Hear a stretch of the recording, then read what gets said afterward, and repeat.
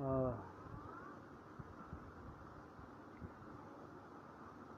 आज हम लोग मुग़ल प्रशासन के अंतर्गत मुग़लों के केंद्रीय प्रशासन पर डिस्कस करेंगे। Today I will discuss on central administration of Mughals. केंद्रीय प्रशासन के बारे में डिस्कस करेंगे। सल्तनत कालीन जो प्रशासनिक व्यवस्था के बारे में हम लोगों ने पढ़ा, उसके आगे मुग़ल काल में हमें देखते हैं कि Babur was the founder of Mughal empire. Mughal साम्राज्य का संस्थापक भारत में बाबर था और 4 वर्ष तक रहा था। और ये भी डिस्कस किया था कि कैसे बाबर ने यहाँ पर कोई नई प्रशासनिक कोई व्यवस्था नहीं लागू कर पाई। हुमायूं का जीवन हम लोगों ने देखा ही संघर्षों में बीत गया। स्टम्बल लगातार लड़खड़ाता रहा और लड़खड़ाते ही उसकी डेथ हो गई। बट अकबर के समय ही एक तरीके से कह सकते हैं कि मुग़ल काल का जो स्थायित्व था वह यहाँ पर दिखाई पड़ता है। और अकबर ही कह सकते हैं कि Akbar was the real founder of the Mughal administrative system. तो इसमें कोई शक नहीं कि जो प्रशासनिक जो प्रणाली थी उसका अगर संस्थापक अकबर था तो इसमें कोई अतिशयोक्ति नहीं होगी। अब ये भी यहाँ पर हम क्लियर कर दें कि जो प्रशासन था उसका केंद्र बिंदु बादशाह था, सम्राट था। सभी प्रकार के अधिकार और शक्तियाँ, all type of power and authorities were vested in emperor. सम्राट के अंदर ही, हाथों में ही सभी प्रकार की शक्तियाँ निहित थीं। वह निरंकुश राजतंत्रात्मक व्यवस्था में विश्वास करता था। He believed in monarchy autocratic rule. He believed in divine theory, principle of divine theory. He did not accepted of the sovereignty of खलीफा। उसने खलीफा की कभी संप्रभुता को स्वीकार नहीं किया। तो ये महत्वपूर्ण था कि इन्होंने कोशिश ये की कि हम ईश्वर के प्रतिनिधि हैं, नियामते खुदाई है, ईश्वर के प्रतिबिंब हैं, जिल्ले इलाही है। और सभी प्रकार की जो गुण होने चाहिए एक बादशाह, एक सम्राट के अंतर्गत, वह हमारे अंदर है। क्योंकि राजत्व जो है वह ईश्वर का एक प्रकार का कोष है, राजकोष है। The kingship is treasure of the grace of God, या kingship is the gift of God, है ना। तो ये महत्वपूर्ण था उनके लिए। लेकिन आप प्राइम मिनिस्टर कोई काम नहीं कर सकते हैं, प्रेसिडेंट अकेले कोई काम नहीं कर सकते हैं। इसलिए प्रशासनिक तंत्र को अच्छे से संचालित करने के लिए मंत्रियों की, विभागाध्यक्षों की, है ना, नियुक्ति करनी पड़ती है। तो लोकल एडमिनिस्ट्रेशन से लेकर के जो सूबा था, जो केंद्र था, जो सेंट्रल था, उसमें सभी प्रकार के अधिकारियों की नियुक्ति, पदोन्नति और जो उनका डिमोशन था, जो सस्पेंशन था, जो टर्मिनेशन था, वह सब सुल्तान के हाथों में केंद्रित था। कह सकते हैं कि जो भी अधिकारी थे वे केंद्र के जो था, जो शासक था, जो सम्राट था, उसके अधीन थे। वे उसके प्रति उत्तरदायी होते थे अपने। ये सबसे ज़्यादा महत्वपूर्ण था। और बादशाह की इच्छा पर्यंत ही वे चाहे उनका ड्यूरेशन ऑफ टर्म हो, चाहे उनका प्रमोशन हो, they were dependent on the pleasure of God. वे पूरी तरह से ईश्वर की, they were dependent on the pleasure of emperor, वे सम्राट की इच्छा पर ही निर्भर करते थे। अब कौन कौन से विभाग थे देखा जाए तो अबुल फजल ने मुख्य रूप से अबुल फजल के द्वारा आईने अकबरी में, अकबरनामा में या अन्य जो भी प्राइमरी सोर्सेज थे उसमें जो प्रशासनिक जो विवरण मिलता है उसके तहत देखा जाता है कि मुगलों के प्रशासन तंत्र में जो मुख्य विभाग थे वे 5 थे। और इसमें जो पहला सबसे राज्य प्रशासन का सर्वोच्च जो विभाग था वह था वित्त एवं राजस्व विभाग, फाइनेंस एवं रेवेन्यू डिपार्टमेंट, और इसका जो प्रधान था वह था दीवान, जिसे हम वजीर के नाम से जानते हैं, जिसे हम वकील के नाम से भी जानते हैं। इसमें जो प्रधान होता था वह दीवान होता था और उसको जो है उसके जो असिस्टेंट होते थे वे दीवाने तन, दीवाने खालसा, दीवाने जागीर, दीवाने बयोतात जैसे अधिकारी थे जो अपने अपने क्षेत्रों में काम कर रहे थे, लेकिन ये सभी दीवान के अंतर्गत कर सकते, दीवाने आला के अंतर्गत काम कर रहे थे। बाबर के समय में, हुमायूं के समय में जो वजीर था निज़ामुद्दीन खलीफा, हम लोगों ने जिक्र किया था, जिसने हुमायूं के लिए सत्ता देने के लिए तैयार नहीं हुआ था और मेहदी ख्वाजा को बादशाह बनाना चाहता था बाबर के बाद। लेकिन अकबर के समय में अकबर अल-वयस्क था, 12 साल का था जब वह सुल्तान बनता है, जब वो बादशाह बनता है। तो ऐसी स्थिति में उसका पूरा संरक्षक और अतालिक जो शिक्षक रहता है बैरम खां, वह 1556 से लेकर के 1560 ईस्वी तक वह संरक्षक के रूप में काम करता है और अकबर ने उसे अपना वकील बनाया, एक नया पद क्रिएट किया वकील, और उसे जो टाइटल दी वकीले सल्तनत की उपाधि प्रदान की। तो ये चीज़ सबसे ज़्यादा इम्पॉर्टेंट है और सभी प्रकार के एक प्रकार से अधिकारों का वह उपयोग कर रहा था। वह किसी की नियुक्ति करनी हो, किसी पदोन्नति करनी है, किसी को बर्खास्तगी करनी है, या फिर किसी का कह सकते हैं उसको कि नियुक्ति, पदोन्नति, बर्खास्तगी से लेकर के सुल्तान सम्राट के खर्च में कटौती का भी काम कर रहा था, उसके अधिकारों का भी वह उपयोग कर रहा था। जब अकबर को यह महसूस हुआ, जब वह बड़ा हो रहा है तो उसको महसूस जब हुआ कि ये तो अपनी सीमा का अतिक्रमण कर रहा है, तो उसको तो बर्खास्त किया ही किया, वकील, वजीर या दीवान उसके शासक की संप्रभुता में कोई विघ्न न उपस्थित करने पाए, उसलिए उसने नया पद क्रिएट किया, दीवान ए वजीरात ए कुल।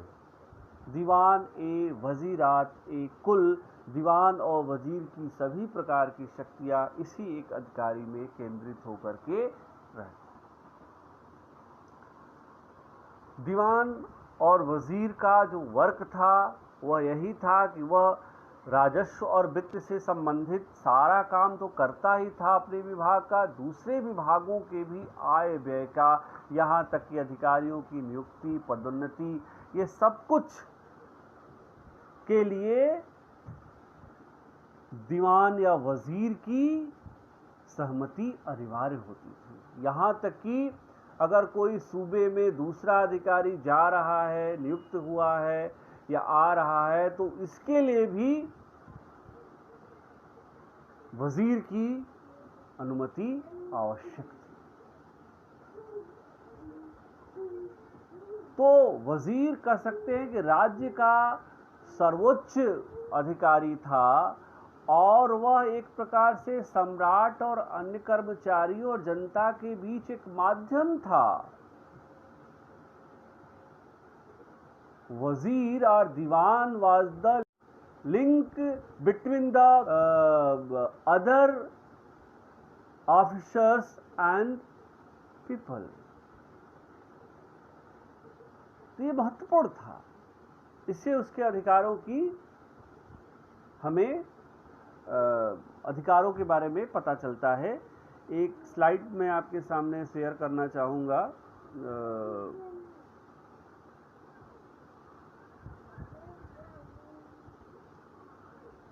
ये है मुगलों के केंद्रीय प्रशासन का एक प्रकार से आप इसे देख सकते हैं।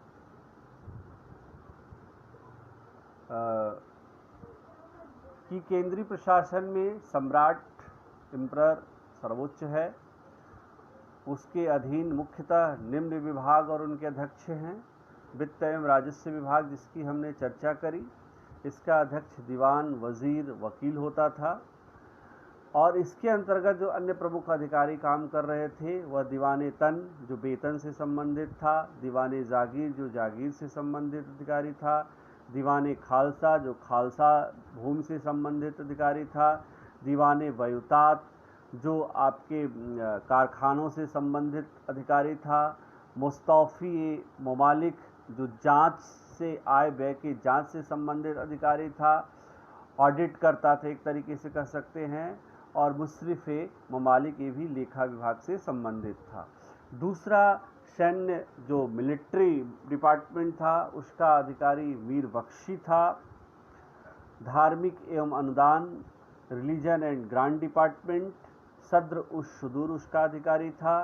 न्यायिक विभाग, जिसका अधिकारी काजी उल कुजात था। जो राज दरबार से संबंधित, संपत्ति से संबंधित विभाग था वह मीर शामान था। अन्य जो विभाग थे वह तोपखाना, जिसे मीर आतिश, गुप्तचर, दरोगा ए डाक चौकी, जहाज रानी, मीर ए बहर।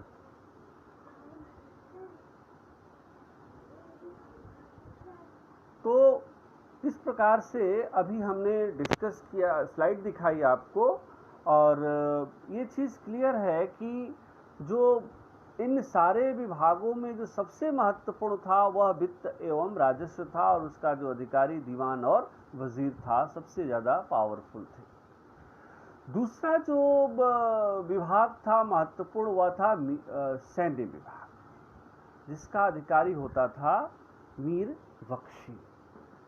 मीर बख्शी जो था वह सैनिकों की नियुक्ति, मनसबदारों की नियुक्ति, उनकी पदोन्नति, उनके स्थानांतरण से लेकर के, आय व्यय से लेकर के, सैनिक साज सज्जा से लेकर के, घोड़े, हाथी या सभी प्रकार के जो अस्त्र शस्त्र संबंधित थे सब पर बॉस होता था, अधिकारी होता था, हेड होता था। और जो मनसबदारों की नियुक्ति होती थी वो फाइनली इसके द्वारा अप्रूवल देने के बाद ही सम्राट के द्वारा अप्रूव्ड किया जाता था। न केवल ये सैन्य विभाग से संबंधित कार्य देखते थे बल्कि इनकी राज दरबार में भी महत्वपूर्ण भूमिका होती थी। ये राज दरबार में राज्य से आने वाले, दूसरे राज्य में जाने वाले, या जो दूसरे देशों से आए हुए राजदूत हैं, या जो इस देश से जाने वाले, जो बाहर जाने वाले लोग हैं, सबको मिलाने का कार्य मीर बख्शी के द्वारा ही किया जाता था। कहने का मेरा मतलब यह है, सभी प्रकार के सैनिकों की, मनसबदारों की नियुक्ति, पदोन्नति, बर्खास्तगी, ये डिपेंड करता था मीर बख्शी के ऊपर कि मीर बख्शी किसको सजेस्ट करता था। हालांकि फाइनली ये सुल्तान या सम्राट के ही अधीन काम करते थे। मीर बख्शी की सैनिक विभाग के बारे में कार्य की जानकारी हमने दी। दूसरी जो जानकारी है वह है कि राज दरबार में या दरबार में उनकी क्या भूमिका थी। इसके लिए भी अभी हमने बताया कि यह सम्राट के निकट हमेशा रहता था एक मीर बख्शी, और जो नए सैनिकों को दागने या उनकी जो कह सकते हैं कि जो तस्दीक था उसके पश्चात ही सम्राट के द्वारा फाइनली अप्रूव किया जाता था। वे विभिन्न प्रांतों से आए हुए या केंद्र से दूसरे प्रांतों में भेजे जाने वाले अधिकारियों की या दर्शनार्थ लोग, सम्राट से मिलने वाले लोगों की संस्तुति फाइनली मीर बख्शी ही करता था। मीर बख्शी की रिपोर्ट के आधार पर ही प्रांतों से जो प्राप्त जो वाक्यान्वेष की रिपोर्ट, वह सम्राट के सम्मुख प्रांतों से प्राप्त वाक्यान्वेष की रिपोर्ट बादशाह के सम्मुख मीर बख्शी ही प्रस्तुत करता था। ये महत्वपूर्ण था। इसके अलावा भले ही मीर बख्शी सैन्य विभाग का प्रधान तो था, लेकिन जो मुख्य सेनापति था वह बादशाह होता था। एम्परर जो बादशाह जो सम्राट था वह मुख्य सेनापति होता था युद्ध में, और युद्ध में सेनापति की भूमिका के रूप में था, और सर्वोच्च सेनापति भी बादशाह सम्राट ही होता था। अब दूसरा जो महत्वपूर्ण विभाग था वह धार्मिक अनुदान विभाग था, जो रिलीजन और जो ग्रांट डिपार्टमेंट था, जिसका प्रधान सद्र उश-शुदूर होता था। सद्र जिसका काम था कि धर्म के नियम की व्याख्या करना, धार्मिक नियमों के अनुसार लोग जीवन यापन करें और ड्रग्स का सेवन, मांस मदिरा के ड्रग्स का सेवन न करें, रमज़ान के महीने में रमज़ान रखे, है ना, मानव सेवा करे। और दूसरी बड़ी बात ये थी कि यहाँ तक कि अकबर के काल में हमें एक चीज़ दिखाई पड़ता है कि उसने वेश्यावृत्ति को भी समाप्त करने की कोशिश करी, और उसने एक अलग से शैतानपुरी नगर की नींव रखी। तो इस तरह से अकबर ने प्रोस्टिट्यूशंस जो बनाया के लिए अलग जो शहर बनाया, शैतानपुरी नामक जो शहर बसाया वहाँ पर, कि इसको कम से कम बढ़ावा दिया जाए और शहर में किसी से ताल्लुकात ज़्यादा न बढ़ पाए। तो ये अनुदान भी देते थे अकबर काल में। तो जैसा कि आपको पता है कि सद्र जो था अब्दुल नबी, उसने अकबर के साथ चीटिंग करी थी, और जब मथुरा के ब्राह्मण, जो निर्दोष ब्राह्मण को दंड दे दिया था, और यहाँ तक जब तो अकबर इससे नाराज़ हो गया और उसने उसको बर्खास्त करने का आदेश दिया, जब जांच भी कराई, उसमें सही पाया गया जो भी ग्रांटेड लैंड थी वह स्वयं का उपभोग कर रहा था या नाजायज़ गलत तरीके से लोगों को दे दिया हुआ था। तो ऐसी स्थिति में एक चीज़ ये क्लियर था कि जब अकबर ने इसकी जांच कराई तो गलत पाया गया और उसको बर्खास्त कर दिया, और इससे जो उलेमा वर्ग थे उसमें काफ़ी नाराज़ भी हुए थे।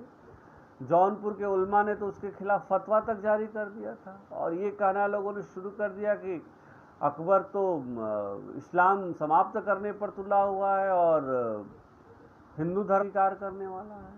लेकिन अकबर यह जानता था कि ही बिलीव्ड इन सुलह कुल पॉलिसी, वह सुलह कुल की नीति में विश्वास करता था, सभी धर्म संप्रदायों को मिला करके चलने की नीति में विश्वास करता था।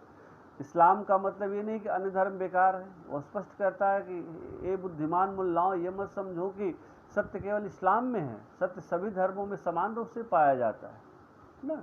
तो इस कारण से ये जो सद्र था अब्दुल नबी, वह नाराज़ हो गया, और जब अकबर ने जांच कराई तो ये देखा कि कई ग्रांटेड लैंड इनाम, मिल्क, वक्फ, शौर्यगाल या दी गई थी के रूप में जो दी गई थी वो सही लोगों को नहीं मिली थी, गलत तरीके से आवंटित की गई थी, और मैक्सिमम अपने पास उसने रख ली थी।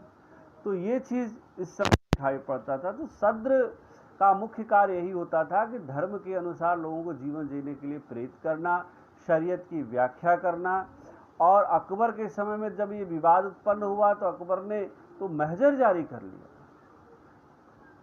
कि अगर ईश्वर की नज़र में बादशाह सर्वश्रेष्ठ है, कृपा दृष्टि है, जो राजत्व है, कि kingship is the treasure of the grace of God या kingship is the gift of God, तो ऐसी स्थिति में बादशाह तो सर्वोच्च हुआ ना, तो फिर बादशाह ही क्यों नहीं धर्म की व्याख्या करे, अंतिम व्याख्या करे। तो इसलिए महजर के द्वारा धर्म की अंतिम व्याख्या करने का अधिकार अकबर ने अपने पास प्राप्त कर लिया। तो उसके पीरियड में सद्र की स्थिति जो अब्दुल नबी था उसके कारण से जरूर खराब हुई थी। और आगे चल करके हम ये देखते हैं कि दूसरा जो अन्य महत्वपूर्ण विभाग था वह न्यायिक विभाग था। और इसके बारे में भी हम आपको बता दें कि न्यायिक विभाग उसने बनाया जरूर था और काजी उल कुजात उसका प्रधान जरूर न्यायाधीश था, लेकिन अंतिम जो सर्वोच्च जो न्यायाधीश था सम्राट ही था। और ये कह सकते हैं कि जो काजी उल कुजात के जो निर्णय होते थे, इनके निर्णय के खिलाफ व्यक्ति अपील कर सकता था सम्राट के न्यायालय में और अपना न्याय पा सकता था। लेकिन जो सूबे के न्यायाधीश हैं या जो सिख के या सरकार के जो न्यायाधीश हैं, उनकी नियुक्ति काजी उल कुजात के द्वारा और काजी उल कुजात की संस्तुति के उपरांत ही की जाती थी। अब न्यायिक विभाग के अलावा दूसरा जो महत्वपूर्ण एक विभाग हम ये देखते हैं कि वह है आपका मीर ए शमा। मीर ए शमा का मतलब ये है कि वह जो विभाग था वह पर्टिकुलर राज दरबार से और कारखानों से संबंधित होता था, राज दरबार और कारखानों से ही संबंधित होता था, जिसमें राजभवन के जो